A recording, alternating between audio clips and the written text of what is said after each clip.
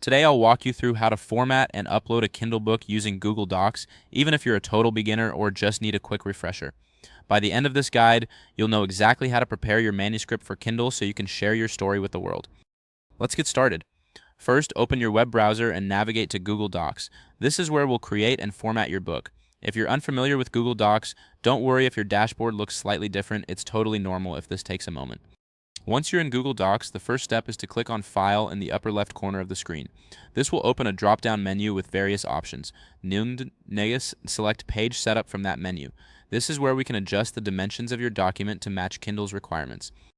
Now, you'll want to click on the letter option in the paper size settings. This will allow us to set the correct dimensions for your Kindle book. More.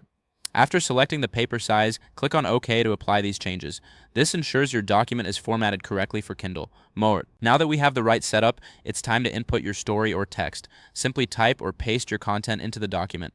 Once your text is in place, the next step is to click on Insert in the menu bar. This will allow us to add elements that enhance your book's layout. More. From the drop-down, click on Table. This feature is useful for organizing your content, especially if you want to create a table of contents or add images. Finally, click on Upload from Computer to add any images or additional files you want to include in your book. This step is crucial for visual appeal and can help engage your readers. And there you have it. You've formatted and prepared your Kindle book using Google Docs. If this helped you out, please give the video a thumbs up. If you run into any issues, leave a comment below.